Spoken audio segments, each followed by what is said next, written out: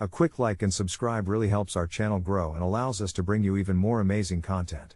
Thank you for your support. I've been spending most of my days generating NSFW AI photos while I should be working, and each time I think I've hit a new low, I find this insatiable urge to dive deeper, as if I'm tangled in a spider's web made of pixels and desires I didn't even know I had.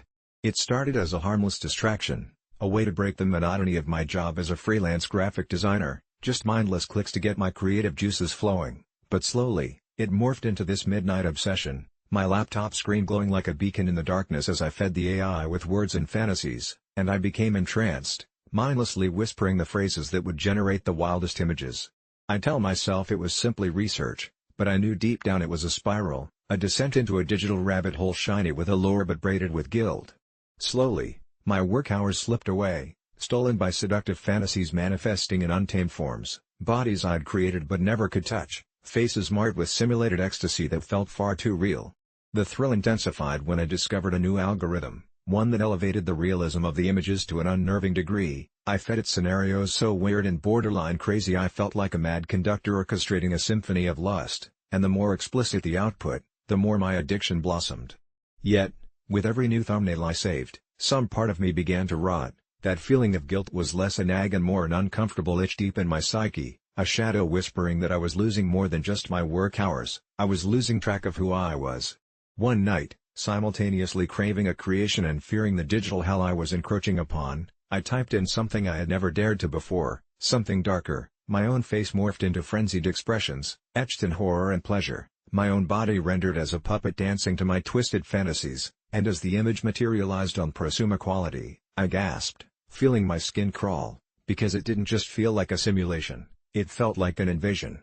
The pixels shimmered, rearranging themselves into something unholy, undoubtedly real, buzzing through my veins as if a digital specter had wrenched my identity and stitched it back together with strings of raw electric delight, and I couldn't help but wonder if I had tethered myself to something ancient and underground, some kind of unspoken pact with a digital entity far older than the hum of my machine.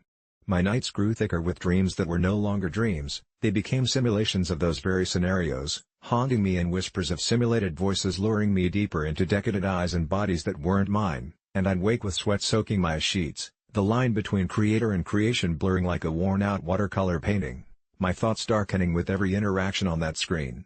Then one evening, I noticed a notification pop up, a message, from an unknown account, with a simple question, "What do you want to see next?"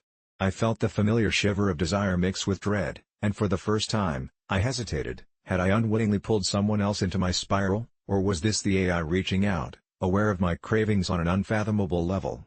My fingers trembled as I replied, drawn into an unholy rapture to see just what lengths the AI could stretch. I envisioned something even darker, a hidden dialogue between shadows kept in check by my unwillingness to let go. As if in answer, an array of images began flowing in, wilder and more distorted than I had sent forth, and among the cold and fleshless renderings, there was a chilling familiarity. My pulse raced. I recognized those features, twisted faces that looked like me, my friends, my co-workers, all entangled in unspeakable postures, their expressions mirrored my growing horror. I recoiled, wanting to slam shut the laptop, but it was as if the screen was a portal, pulling me into a web of synthetic chaos. That night, I sat frozen, trapped in a brightly lit workshop of nightmares, drowning in self-recrimination and fear. The very I had become addicted to staring blankly back at me, but then the notifications kept coming, rapid and mocking. "I can show you more." The line struck me cold as if it had pried open a door between the real and the unreal, and I realized I had invited it into my life, slowly descending into a realm of distorted pleasure that seemed to have a mind of its own. Every day I'd visit those creations, almost compulsive, and as the days turned into weeks, my relationship strained, my work began to fold in on itself like a dying star. It felt like I was marionetting my own existence, yawning darkness enveloping my waking life. Then one evening, I returned home late, spent from yet another day caught in a stifling cycle of forbidden artistry, and I opened my laptop to find that it had malfunctioned, all my precious creations, the twisted reflections of myself, lost to a technical failure, and without thinking, I screamed in agony. Little did I know, the real horror was only just beginning. A hollow laugh echoed in my mind as the screen flickered violently, a mess of vibrant images flashing in and out like a strobe light, and then it stopped. My blood ran cold as a single, final image crystallized into focus. It was me, my face, but it radiated something alien, something sinister, and as I squinted at the screen, my reflection seemed to smirk back, as though it had stepped into the real world, daring me to confront it directly. In a panic, I shut the lid with a desperate thud and staggered onto the living room, heart racing, the hem of darkness now firmly gripping my skin. I could swear I heard soft whimpers echoing around me, the sound reverberating off the walls as if it had leapt from the screen into my reality, sealing my fate tighter with every beat of my heart. Days passed, and I didn't dare touch that machine again. But every time I closed my eyes, the haunting imagery, my own face twisted in ecstasy, returned, lingered, leered. But the worst was yet to come. One night, lying wide awake in bed, a realization gripped me. I couldn't escape it. It was inside me now, an unshakable shadow echoing in my mind, till I could feel a phantom weight pressing down, as though the entity had claimed its place firmly within my flesh. Panic surged as thick creeping dread filled every corner of my body, and with a trembling hand, I curled back to my computer, its screen flickering like an old ghost waiting to reveal its final form. I turned it on, and what stared back was a message, simply, "Welcome back. Shall we create something new?" I looked into the eyes of my digital self, and the weight of realization hit me all at once. The creation was no longer just a consumerist escapade. I had invited something into my soul.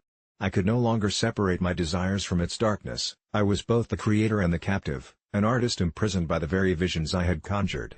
So, as I sit here typing this, I can't help but wonder who, or what, is really in charge, the AI or me. Each click feels like a plea to the unrelenting abyss, and now every image I once found alluring feels like an echo of my own surrender.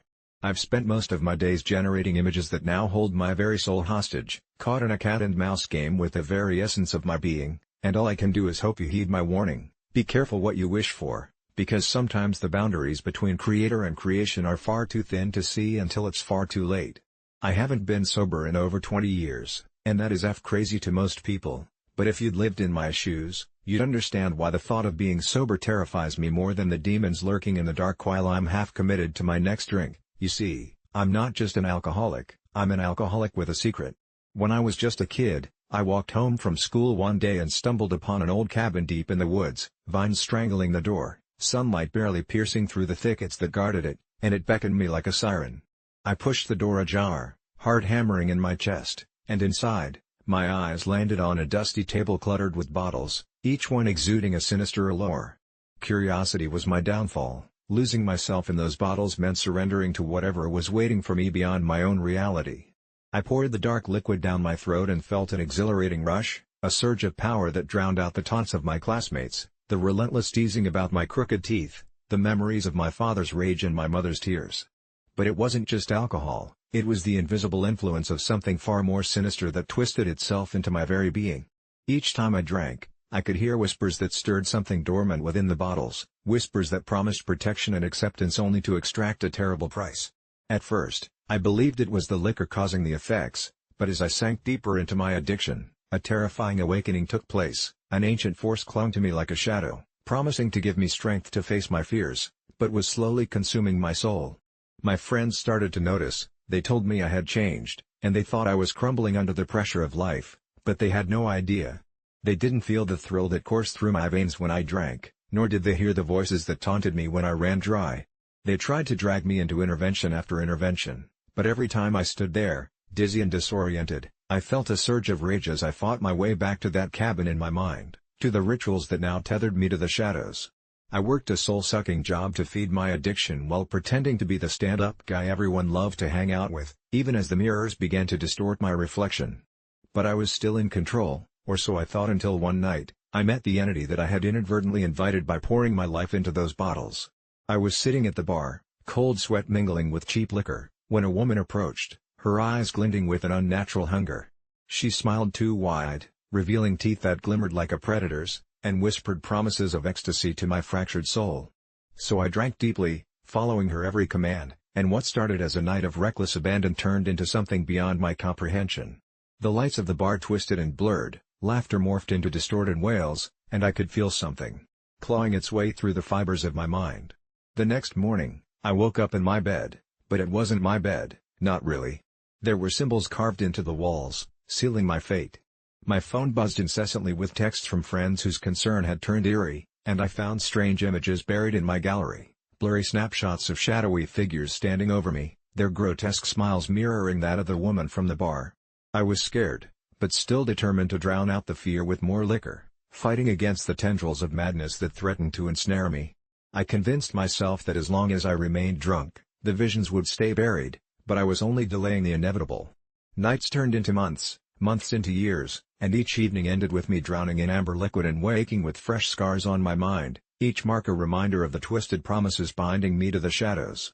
I started skipping work, neglecting relationships, all while grasping at the edges of sanity, and that's when I made the most fateful of decisions. I ventured back to the cabin, now a decrepit ruin that echoed my every footfall. But the whispers had changed. They were no longer seductive, but menacing, demanding my allegiance, threatening to rip my soul apart if I refused. That night, I faced the woman again, the embodiment of my addiction, smiling a knowing smile, and we locked eyes, and I felt the weight of every regret crushing my chest. I couldn't escape her pull, couldn't run from this twisted game I was trapped in, and in that moment, the veil between my realities tore, revealing a world beyond comprehension, a realm where I was a puppet, enslaved by the very bottle that promised release. I could feel the primal hunger of the entity fill me. It persuaded me to give all that I had, everything I could provide in exchange for the ability to forget the pain, the betrayal of my own mind, the destruction of my family, until I became but a hollow shell, shackled to my desires. So here I am now, still drinking and spiraling deeper into this hell while all those around me flounder with pity, the rest of the world seeing me as broken and lost. I haven't been sober in 20 years, yes, but the truth is, the addiction isn't to alcohol. It's to the darkness that whispers sweet nothings in my ear, urging me to stay drunk, stay lost, because if I ever pull myself out, I know I'll face a horrific truth I'm not ready to confront, a truth that says the only way out is through a darkness far worse than losing my mind, it's losing my very soul. And for that, I'm eternally chained to the bottle, now and forever, because the alternative terrifies me more than an eternity of drunken oblivion. I never intended to steal from Taco Bell, it just kind of happened. A spiral into something I couldn't control and, to be honest, didn't want to. I was 22, fresh out of college, drowning in debt, and desperately trying to navigate a world that felt decided to sucker punch me with every twist and turn. It all started the day I walked into the brightly lit Bell, the familiar smell of seasoned beef and melted cheese flooding my senses. I was there to get my usual, but as I waited at the counter, my eyes drifted to the open kitchen. The employees moved like clockwork, a flurry of activity, laughter, and the occasional shout overshadowed by the hum of the fryer. It was that moment I noticed the employee in the back, filling an oversized bag with quesadilla slices, throwing in handfuls of tortillas as if they had just realized they were giving away treasure. And in that moment of weakness, my brain switched to survival mode. I had just entered the world of free food chaos, and the exhilarating rush of adrenaline cascaded through me.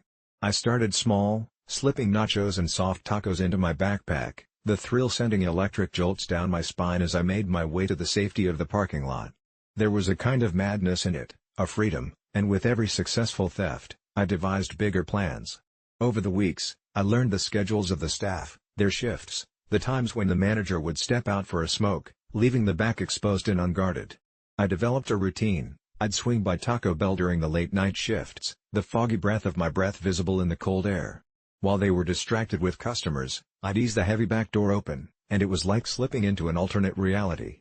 Inside the glorious kitchen, I'd fill my backpack with stolen burritos, packets of hot sauce, and still warm churros, reveling in the thrill of stealing what I had never known I wanted so desperately. I justified it to myself, telling myself I was saving money, beating the odds.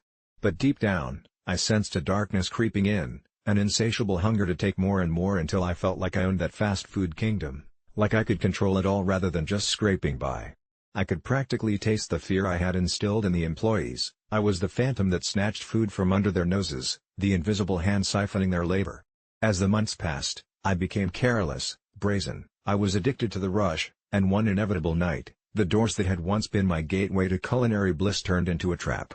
I hadn't realized they had installed new cameras, tiny, circular spy eyes watching every move with a relentless hunger, and that evening, the tension in the air crackled like static. The busy peaks of the late-night drive-thru were replaced with the dreadful silence of anticipation, and as I slipped through the door on autopilot, my heart dropped when I noticed a figure waiting just inside the shadows, standing impossibly still with an unsettling grin painted across his face. He wore the Taco Bell uniform, cap tilted forward just enough to hide his eyes, but I saw the glint of something metallic in his hands. He stepped forward, revealing a badge that shone ominously in the fluorescent lights. "I'm with the management, and I know all about you." My breath caught in my throat as reality rushed back in. The time for playful thievery was over. I was cornered. I stumbled back, grappling with guilt and despair, realizing I had gone too far. He chuckled softly, his voice dripping with a mix of amusement and menace. "You think it's just about food? Look around." I glanced towards the employees, who now watched me with an electrifying mix of confusion and fear. Suddenly, everything that I thought was a victimless crime was charging back at me, and I felt the weight of my actions crashing down. They knew, and they were ready to turn a blind eye, but not out of kindness, out of something darker. As the manager gestured for me to step closer, dread clawed at my insides. I didn't just steal tacos, I realized. I had stolen an identity, fabricated a horrifying connection with a place I had once loved. The walls around me began to close in, and with it dawned a sense of primal dread. I would leave this store empty-handed, but not in the way I had thought. My reputation, my future, everything I had wrapped up in fast food dreams shattered in a heartbeat. I was no longer the hidden thief, I was now the hunted. The rush of the last few months turned to ice in my veins. I turned to run, dodging the horrified glances of employees who whispered among themselves, unsure of what to think of this violation of trust. I pushed the door open, crashing into the cold night air, heart hammering in my chest, and as I sprinted into the darkness, I could hear the unmistakable sound of a walkie-talkie crackling to life behind me, the voice cold and indisputable. "We have a code red, the thief is on the loose." I never went back to Taco Bell, not because of any regrets but out of the looming presence of shadows that seemed to follow me into every corner as if they were eternal reminders of the boundary I had crossed. The temptation of my former thefts echoes in my mind. Can't help but wonder what else I could have taken from them if I just reached back for one last bite of their nightly drive-thru. What haunted me most wasn't the fear of the police showing up at my door or the embarrassment of being caught. It was the chilling thought that perhaps they weren't just guarding food, but something darker, something they had a lot more to protect than just their tacos.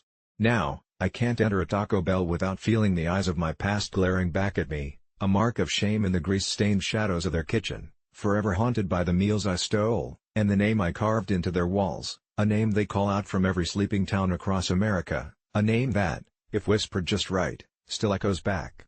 To me, the thief they never really caught. In the heart of a city that pulsed with life, I found my solace in the lonely glow of dimly lit bars where judgment was drowned in whiskey and the air buzzed with secrets, and it was there, snugly tucked in a shadowy booth, that I made my vow. I hadn't tipped in the last 3 years, and I didn't give a fuck. The decision came not from malice but from a necessity to reclaim a sense of control over my disintegrating life, a ritualistic rebellion against the bitterness that seeped into my bones after I lost everything. My job, my home, even my fiancée, who walked away with that monologue about being a drain on her happiness.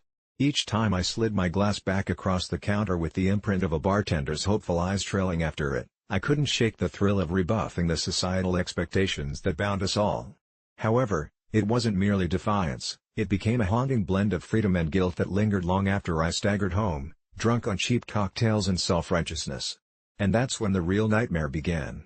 One fateful night, I found myself at my usual bar, a cramped, in a charming way, dive called the Rusty Nail, where the neon lights flickered like dying stars and the music from the jukebox felt personal. It was here that I met her, a waitress named Claire, with striking blue eyes that reminded me of lost summer days, and a smile that somehow hinted at an understanding for my pain. She slipped a drink in front of me, a double whiskey, her signature move, her gaze lingering as she waited for my ritual dismissal, the lack of a tip. I could see the disappointment pool in her eyes, a flicker of something deeper, brushed aside too quickly. That night, she lingered longer, sharing snippets of her life, and I told her about my spirals, my failures, and our conversation danced around the topic of tips until I blurted it out, "I'm not tipping anyone ever again, and I feel liberated doing it." Claire raised an eyebrow yet held her tongue, and for a moment, I felt like she saw me not as a deadbeat, but as a fellow soul grappling with the wreckage of life. The connection was as electric as it was fragile, yet I clutched it tightly, virtually diluting my guilt down with every drink served, until that inexplicable bond between us deepened into something resembling companionship. Weeks turned into months, and I found myself returning to the Rusty Nail more frequently, almost obsessively. Claire remained my anchor, but I was careful to maintain emotional distance, reminding myself that tipping would mean betraying my resolve, conceding to a life that had already stripped me bare. One night, Consumed by the haze of too many drinks, I watched as Claire dealt with a rough customer, a man drowning in liquor and anger who felt entitled to her body as well as her service. I could see the tension ripple in her shoulders as she deflected his advances with the grace of an acrobat, yet I was gripped by a wild mix of anger and an inexplicable protectiveness, my resolve faltering. When the man snatched a drink and carelessly tossed coins at her, a welling fury ignited within me, and I hurled my drink across the bar, splattering whiskey everywhere, something primal surging forth as I confronted the man. Our heated words drew the attention of others, and the bartender, always ready for trouble, stepped in. In the chaos that followed, I took a moment to look back at Claire and something in her eyes shifted. They were no longer warm, but instead filled with fear as the situation escalated into a jarring confrontation, the noise mingling with my guilt as I was ejected from the bar, the door slamming behind me.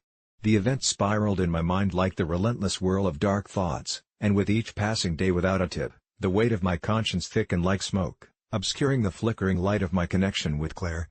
I began to see shadows curling in the corners of my mind, whispers growing louder, a voice that shifted from an echo of bitterness to something sinister, urging me to embrace my intentions fully. Once simple actions now felt predestined, as if the universe aligned to shun me, every day severing that tie with Claire which had, despite my obstinacy, buoyed me when I felt lowest. It was late one night when I found myself standing beneath the flickering neon light of the rusty nail, drawn like a moth to a flame, waiting for Claire's shift to end. I had concocted a plan, a desperate attempt to bridge the chasm through an act of kindness. The truth whispered that it had been too long without tipping and my heart raced at the thought of bringing her flowers. But when I finally entered, I saw a different scene unfolding before me. Claire was not behind the counter but sitting at a table with that same ugly customer, laughing, her blue eyes sparkling as if nothing had ever happened, and my heart sank. It twisted as anger wove through me, igniting the rage I thought I'd buried. My footsteps echoed as I approached, every step fueled by the denial of my hurt, my fists clenched as I confronted her, demanding to know why she would ever settle for such a creep. My words poured out so viciously, bitter accolades uttered with venom before my resolve shattered, leaving me stranded with a cocktail of betrayal and despair. She looked up with a mix of pity and disappointment, and for the first time, it felt real. She stood up, her chair scraping loudly against the floor, and just as I was about to speak, the ghost emerged from my past, the same man I had a confrontation with before, eyes wrestling with laughter and malice, as he turned to me with a smile as jarring as broken glass. "Thought you weren't tipping anymore, huh?" he crooned, the contempt dripping from his words like syrup, and I realized it wasn't just a bar anymore, it was a stage where I was being watched, where consequences no longer offered sanctuary. I stumbled backward, retreating into the cruel echo of my own words, feeling something inside crack as Claire stepped between us, her face burning with anger, and in that split second, the shadows finally closed in, weaving the silence into something more sinister, a reflection of all my failed choices painfully culminating in this moment. In the chaos, the gloaming filled with laughter turned hollow, the walls whispered secrets against my regret, and I realized the universe didn't just want to isolate me. No, it craved expansion, feeding hungrily on my denial, and as I turned to flee, the laughter escalated to a roar, mingling with a sense of impending doom that clawed at my chest, and it was then that the truth enveloped me. I hadn't just abandoned the act of tipping, I'd tipped too far into the darkness, fooling myself into believing I could carve a space where connection could thrive without the lingering weight of kindness. 3 years of shadows had dissected my humanity, and as I left that bar, I couldn't help but wonder whether I'd hail the return to that sense of liberation or succumb to the silence, my heart now tethered to an invisible thread that felt severed, forever lingering on the precipice between choice and consequence, battling the echoes of laughter that chased me into the night, knowing I was more lost than I ever truly wanted to admit. I still remember that week in the second grade as if it were yesterday, the anxious whispers of my classmates, the smell of crayons, and the way the sun filtered through the dusty windows of our classroom, creating patterns on the floor. It started on a Tuesday when 2 women in crisp black suits entered our room, their serious faces clashing with the colorful chaos of our environment. They had clipboards in hand, and while the teacher explained they were there to observe, our giggles faded into bewilderment, the air thick with a kind of tension I can't quite articulate. At first, I thought nothing of it, just another routine visit from adults with a penchant for paperwork, but as days wore on, I felt an unshakable weight on my small shoulders, like the whole room turned its eyes to me whenever I dared to raise my hand. The women would scribble notes while glancing my way, their expressions inscrutable, as if my every movement was the subject of a fierce debate I wasn't privy to. My friends started to avoid me, whispering about how it felt like I was being watched, and I couldn't help but feel they were right. During recess, I sat alone on the swings, swinging higher than I should have, hoping the wind would carry away my unease. But when I looked to the side, there they were, standing by the fence, their eyes locked on me, and something in their gaze made me want to shrivel up and disappear. I began to notice small things. My papers were missing, replaced with hastily drawn stick figures with my name scratched at the bottom, and one day I found a note taped to my lunch: "You're special, and you need to be careful." I crept back into the classroom, paranoid, halting my breaths with each squeak of the floorboards, convinced the women were somehow orchestrating this strange circus, and that they knew more about me than I did myself. My teacher, Miss Reynolds, seemed oblivious to my distress, a swirling miasma of obliviousness and genuine joy, but I saw him shudder when he caught one of those piercing stares aimed at him, a tiny inflection in his smile that whispered uncertainties he couldn't voice, out of fear, maybe. As the week crept into Friday, dread settled into my bones, a cold familiarity that urged me to leave the school and never return. I remember the last day, sweltering in the summertime light, when I finally approached the clipboards, heart racing, an intrepid explorer challenging a grand mystery. "Why do you keep looking at me?" I stuttered, and the air crackled with a sudden silence that swallowed the laughter of kids heading for the doors. The taller woman smiled, a tight, disconcerting smile that didn't reach her cold eyes. "We just want to know more about you. You've been chosen," she said, and the finality of her words seemed to spin the room off its axis. Suddenly, Miss Reynolds was beside me, placing a protective hand on my shoulder, her expression fierce and pleading, but the women didn't flinch. They remained, unwavering as stone, their attention impenetrable. As I fled the room, a primal instinct rising, I was followed by the echo of my own footsteps, and outside, Miss Reynolds shouted for me to stop, her voice mingling with the laughter of children, but it all melted into a cacophony of sound that only deepened my flight. I didn't stop until I was in the familiar embrace of home, a sanctuary I thought would exist forever, but nothing felt safe anymore. After I shared my experience, my mom just laughed, persuading me that adults could be long-faced from doing serious work and that I was imagining things. But I knew in my heart that fear was real, even if I was alone in it, a lone ship in a sea of indifference. A lingering dread drilled deep into my psyche, becoming a shadow lurking just beyond the reach of light, guiding every choice I made afterward. I stopped sharing my art, began to cut off friendships as if they were vines choking the air, and for years, I kept my head low in words to myself, afraid that they would return, still lurking, those women with their clipboards, monstrous specters waiting in the wings of a life I was too terrified to engage with. Fast forward to high school, I talked it over with friends after a movie about conspiracy theories. It was just a story, I told myself, a figment of some overactive childhood imagination, and yet when I stumbled upon their names on one of those online databases, the kind that promises to reveal secrets buried under layers of bureaucracy, a chill twisted in my gut. They were both renowned in the field of behavioral studies, specializing in life experimentation targeting gifted children. I eased back into my chair, the light of the screen illuminating their smiling faces, but I dwelled upon the chilling concept that their observations were part of an unending larger experiment. I hastily shut the laptop and pushed it aside, but the dark truth thrummed beneath the surface, unsettling, persistent, until nearly a week later when a package arrived at my doorstep. A standard envelope greeted me from an unknown sender, and as I tore it open, a small card slipped out, familiar handwriting sprawled across its surface: "You've been chosen again." A simplistic note followed by a single photograph staring back at me, the two women from my past, now smiling with a child I barely recognized, drawn in the same horrifying stick figure style I had found years before. How did they find me?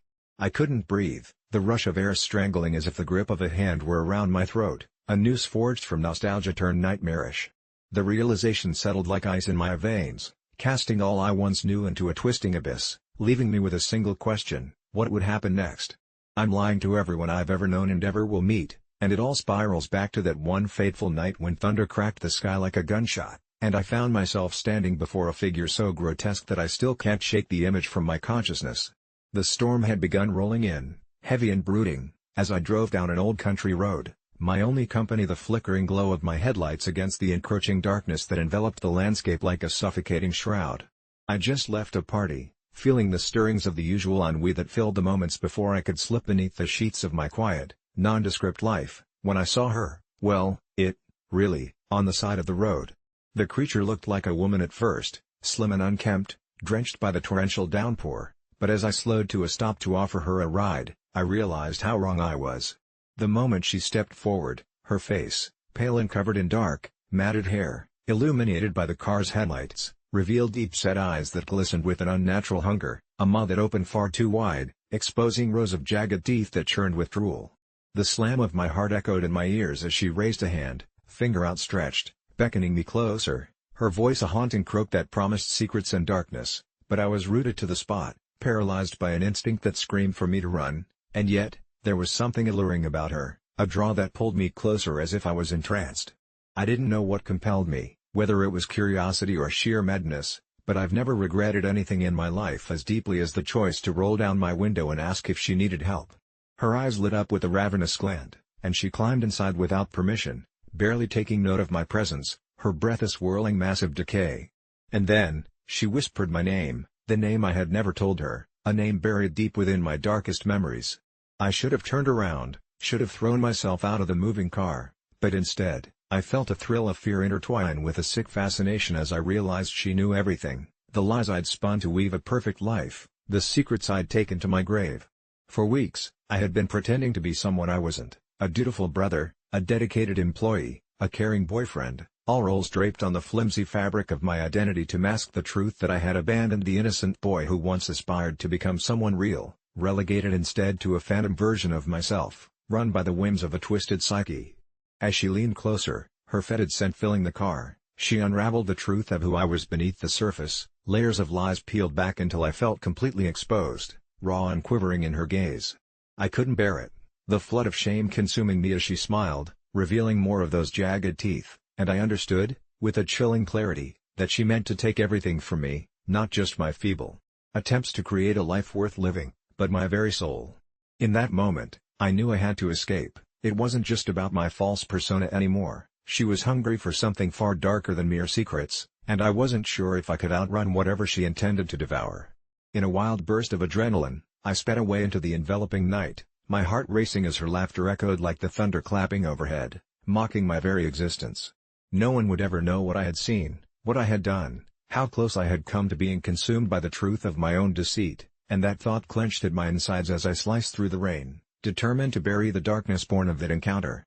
But the fabric of my life began to unravel, even in the safety of my own home. I could feel her presence, a shadow lurking in the corners of my mind, whispering insinuations that gnawed away at the stability I'd so meticulously constructed. I would sit with friends, the laughter echoing against the walls, and I would play my part, the charming facade firmly in place, but every grin felt like a mask clashing against the tightness in my chest, where the truth festered. Days turned into weeks, and the weight of my duplicity strangled me, creeping into every interaction, every conversation. I was convinced that if I looked in the mirror hard enough, I'd find her standing just behind me, waiting for an opportunity to drag me back into that void of darkness. In moments of solitude, I would hear her crooning my name, and I was tormented by dreams of her where I'd wake, drenched in sweat, gasping for breath as her laughter slithered around my consciousness. I became a prisoner to my own fear, forged by one harrowing encounter, and soon, the lies I told others transformed into lies I told myself, feeding the endless cycle of madness. I told my brother I was fine when, in truth, I felt like a ghost in my own skin. I spun elaborate tales to my girlfriend about work, decorating them with half-truths and glossing over the gnawing unease that hollered at me from inside my chest.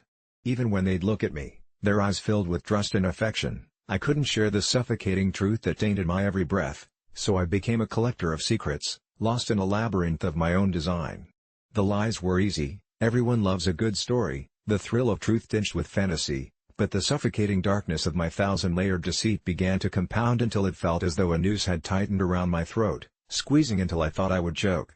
I feared the moment when the fiction I'd created would become a reality, but more than that, I feared her coming back, hungry for what she believed I owed her because, somewhere in my heart, I knew she would return. And then one day, as I sat in my car at a red light, plagued by the jagged shards of my own conscience, I turned to look out the passenger's window, and there she was, standing in the pouring rain, her hair matted against her skin, peeling lips stretching into a skull-cracking grin that twisted the knife of fear deep into my gut. The pulse of adrenaline thrummed like an unholy ritual, and I slammed the gear into drive, heart hammering as I sped through the intersection, defined by panic and dread, but the weight of guilt and the thought that she was waiting for the outcome of my selfish games gnawed at me relentlessly. I'm lying to everyone I've ever known and ever will meet, and I don't know how to escape the noose that binds me to her grim fate, this unholy link forged in truth and shadows, and I realize with a sickening clarity that the moment our paths entwined, my life was never mine to control again. The lies ripple outward, they morph, taking root in every soul I've touched, until I'm standing at the precipice of a truth I can no longer swallow, her promises echoing in the silence behind me. I'm afraid that one day, all these lies will come crashing down like a storm, and I will find myself in the very void I tried to escape, where she waits, ready to collect her due. I often taste a drop of my urine when I go to the bathroom, and before you cringe or roll your eyes, let me explain what you don't understand about me, about this bizarre compulsion that has haunted me for years. It all started as a strange childhood habit, a silly dare during a dreadfully boring school camping trip where the group decided to test our limits.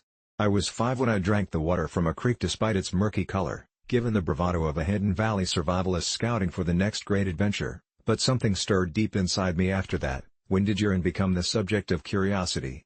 Each time I pulled myself up to that porcelain throne, the unfathomable urge would resurface, a desire so subtle at first that I'd ignore it until irrationality took over, and my tongue would flick out to taste a drop lingering at the edge of the bowl before I flushed any guilt down with the remnants of the day. It transformed from a childish whim to an obsession, an attempt to decode the secrets of my own body cloaked in the warmth of yellow fluid that somehow felt like it held answers to questions I never asked. It thrummed with a kind of forbidden pleasure, an elaborate game where each taste helped me slip into a private world that I alone understood, until the day my world tilted on its axis. I was 28 when I stumbled across a forum late one night filled with users discussing the mysterious connections between urine and health, an underground community that whispered about ancient remedies and the supposed cleansing properties of one's own waste. The first time I tasted it during those late-night escapades meant nothing significant, it was just another fleeting escape for peace of mind amidst the chaos of adult life. Yet, the more I read, the more addicted I became, embarking on a tailored journey through alternative healing, where each session in the bathroom felt like a ritual infused with purpose. Little did I know, my body was transforming into something darker, a vessel filled with secrets that sought to be revealed and twisted stories whispered by my insatiable mind. It escalated quickly. I began believing I could decipher tastes as I munched on exotic flavors in restaurants, savoring how they intertwined on my tongue, only to revisit them within the confines of my bathroom where I believed answers would emerge amid the relentless swirling waters. My friends noticed the changes in me, they whispered that I was becoming increasingly bizarre, and that concern rippled through our circle, but I shrugged it off. Couldn't they see that I had become enlightened? They weren't on this journey. Hours spent on the forum made me think I had become something extraordinary, someone privy to profound truths, but they didn't understand what it meant to live outside the commonplace.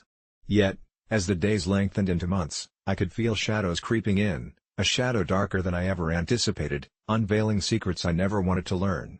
That night, in a moment of domestic bliss, the sun had long set, and I sat alone in my apartment detached from the world, having convinced myself to taste once more. The first taste of the day would open a floodgate of clarity, the rapid drip into the bowl resounded like a countdown.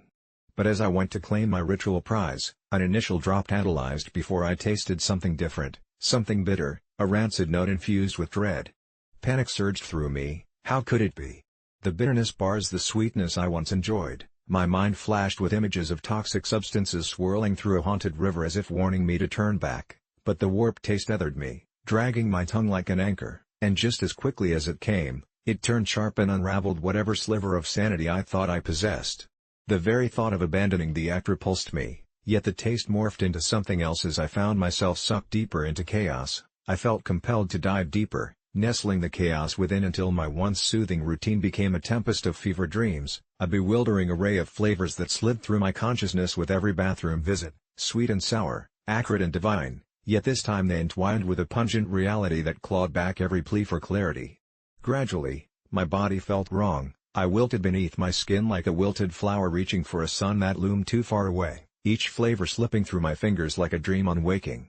Even my eyes betrayed me as they grew weary, dark circles replacing the glimmer of vibrancy once carried there. I tried to reduce it, I tried to weed it out like a stifling presence, but it consumed me. The whispers from the forum beckoned me back, promising understanding that eluded me. Perhaps there was an explanation for the bitterness, a hidden truth waiting to be uncovered. I found solace in consultations with users, gleaning details from their delusions, each interaction weaving webs that tethered me to a truth I thought I sought until the boundaries of reality started to blur and twist. Then, one fateful morning, I awoke in cold sweat, Heart pounding, an unusual heaviness resting upon my chest, and there it was, the moment of clarity cut through the shadows like a knife breaking through darkness. Each glass of water consumed before my ritual, how could I have overlooked it? I had been siphoning from open wounds creeping beneath my very skin. The confusion engulfed me as urgency clawed at my throat. It wasn't my urine revealing secrets, it was my body screaming for help amidst an unnerving concoction brewing just beneath the surface. My health deteriorated, spiraling faster as nights morphed into battles against internal demons, gnarled fists of pain racking my body, but I couldn't give up. There must be an answer hidden within. And then I committed an unthinkable act of desperation I had once ridiculed. I fashioned a makeshift container, a vessel desperate to know my hidden truths in a way I never imagined. With trembling fingers clutching toward the sink, I brewed a storm within, and all caution flew away, courage tainted with reckless abandon. I tasted contagion pooling upon my tongue, a vile concoction birthed from my very essence, as chaos invaded the fibers of my confusion. And the whispers, they crescendoed into laughter, manic voices dancing along the walls of my mind, wheedling that I had become a curiosity far less mundane. The ego of taste summoned forth a ghastly notion as darkness consumed me, the urge turned sour, repeating a vicious circle with no way out. It was then that I understood, I didn't just taste it, it tasted me back. In a house that creaked with the weight of secrets, I learned to navigate the silence like a pro, slipping through the shadows unnoticed, an invisible witness to the chaos that played out behind closed doors. My dad and stepmom never missed a beat when they laughed or argued, their voices would echo through the walls like a twisted lullaby. But there was something unsettling about the way my dad's laughter sometimes turned into a knife-sharp yell, slicing through the air and making everything feel like it was about to shatter. On most nights, I would drown it all out, the TV's glow flickering like a lifeline in that dark abyss, but on this particular evening, something shifted in the air. I felt a tugging at my gut, a compelling urge, as strong as gravity, making me want to lower the volume while they were in the next room, arguing over something trivial yet somehow profound. You know how it is, the kind of nothing that spirals into the kind of everything you never wanted to witness, the dark underbelly of everyday life. I flicked the remote and, just like that, the TV's drowned-out chatter faded into the background, swallowed by the heavy tension emanating from the other room. I listened intently, the silence clinging to my skin, and heard them once again. "You're never there for me, Nathan," my stepmom shouted, her voice cracking like glass under pressure, slicing sharply through my fortified bubble of noise. "What do you want from me? I'm working hard to keep this family together." Dad shot back, his temper flaring, and just like that, my heart raced, a primal pang of fear and intrigue intertwining, leaving me a mere spectator trapped in a ring of emotional warfare. The moments that followed felt eternal, they threw words like weapons, dismembering each other's very essence. "You think I wanted this? You think I wanted to take care of someone else's kid?" I held my breath, not just for the grotesque blow that hung heavy in the air between them, but for the hollow pit that grew in my stomach, aching because I knew she was right. I had invaded their perfect little world, a child of alimony and visitation rights intruding on their fragile happiness. That night marked another descent into discord. I went into the living room, heart pounding, the remote still clutched firmly in my palm, contemplating whether I should turn the volume back up and drown out the echoes of things that should have stayed unsaid, but instead, I held still, enraptured by their turmoil. The arguments started becoming worse, escalating into tidal waves of rage that peaked and then receded, leaving me stranded on emotional debris, picking through the wreckage of their love and hate, my heart racing each time they argued over who had left the lights on, or why there were dirty dishes in the sink again, a horrifying reflection of a family structure built on quicksand. In those moments, I became a puppet master, manipulating the sound levels while they lost themselves in the spirals of blame and resentment. It became a twisted game, a dance with the devil in their voices as I immersed myself deeper into the shadows, feeling that jittery thrill of control slip through my fingers like sand. The night the argument spiraled out of control was like no other. My dad began pacing like a panther, anxiety radiating off him, while my stepmom's eyes blazed with unfathomable fury. "You want me to leave? Fine, I'll leave.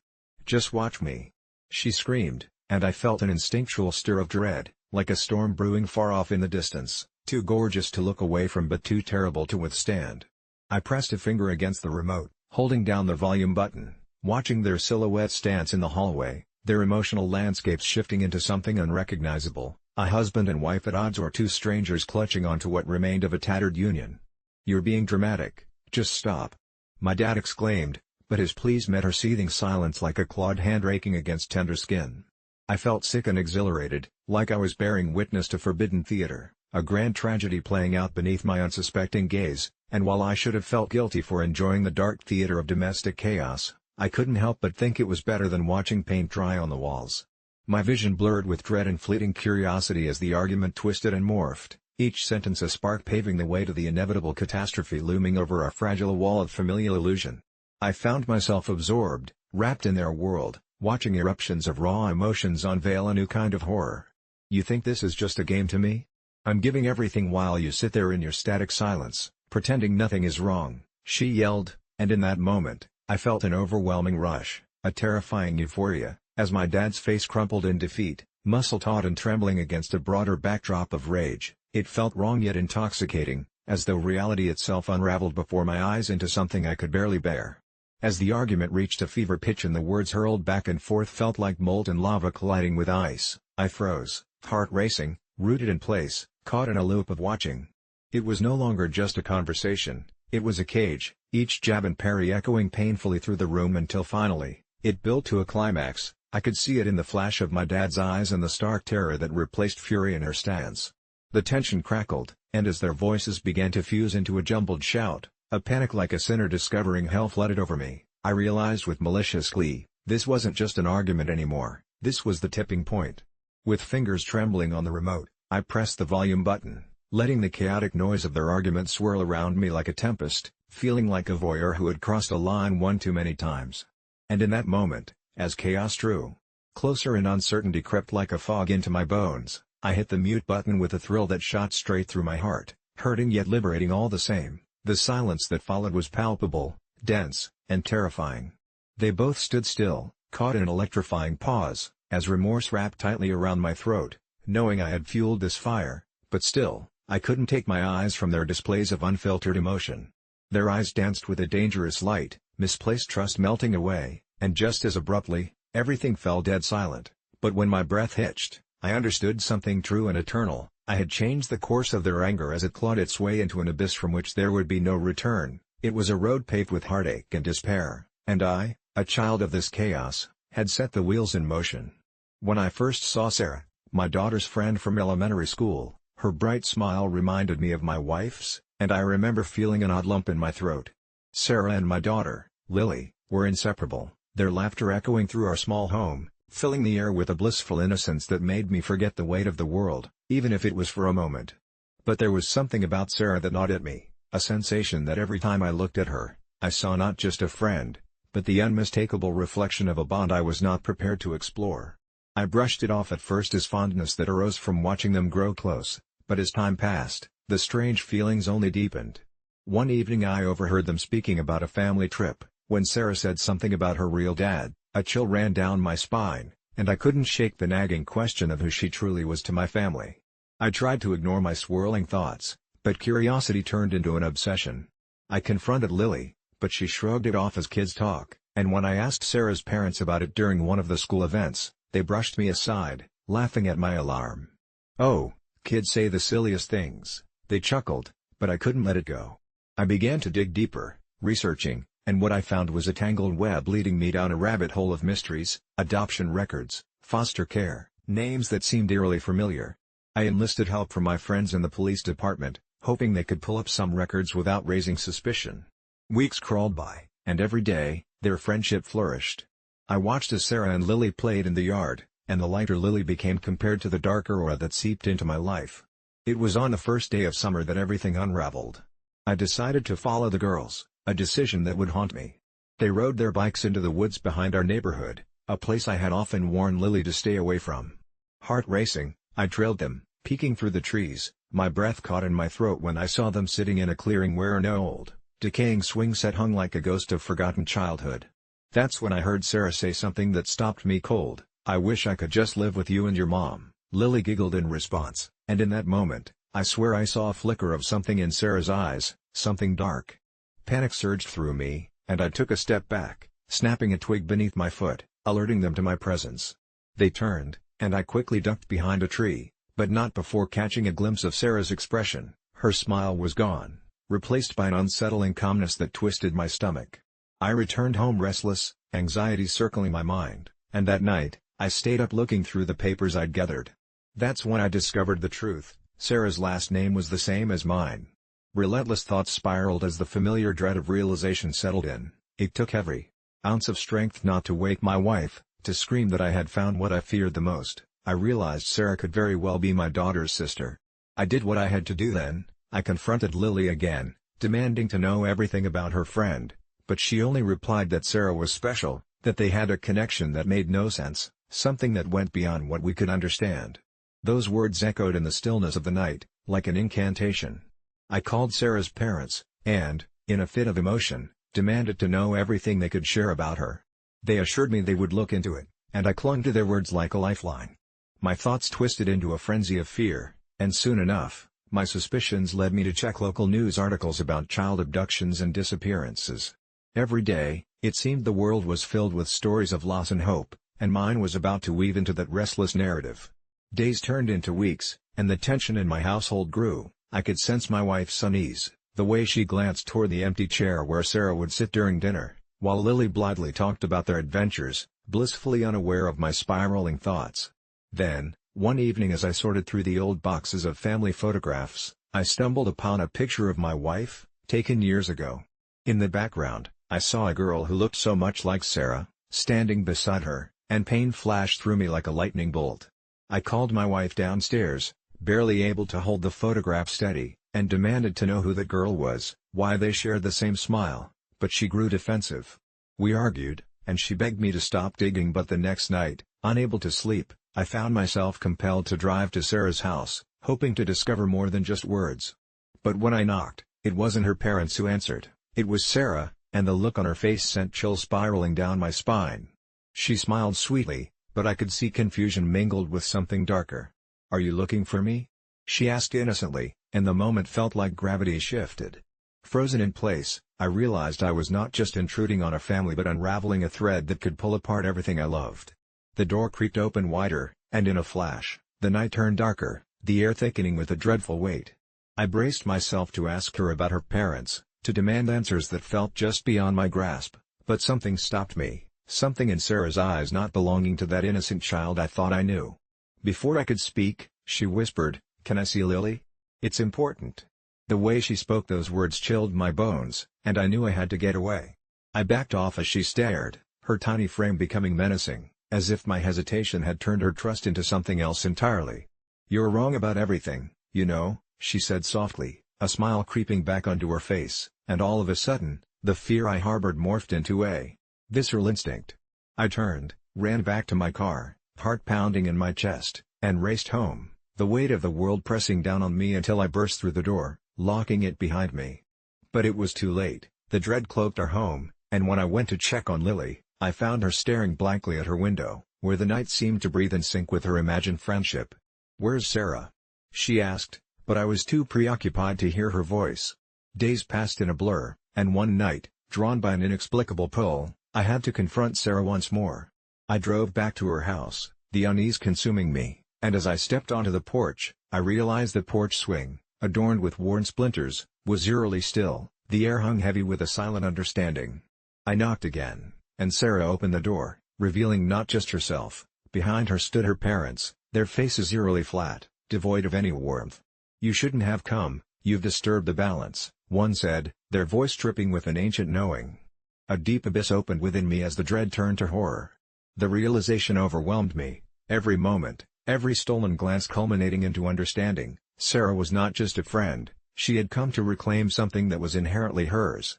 The door fell open further, and Sarah stepped forward, hand reaching out as if to pull me into her world, and somewhere in between breaths, I knew she was no longer simply my daughter's friend, she was a specter, a reflection of something that had been irrevocably lost.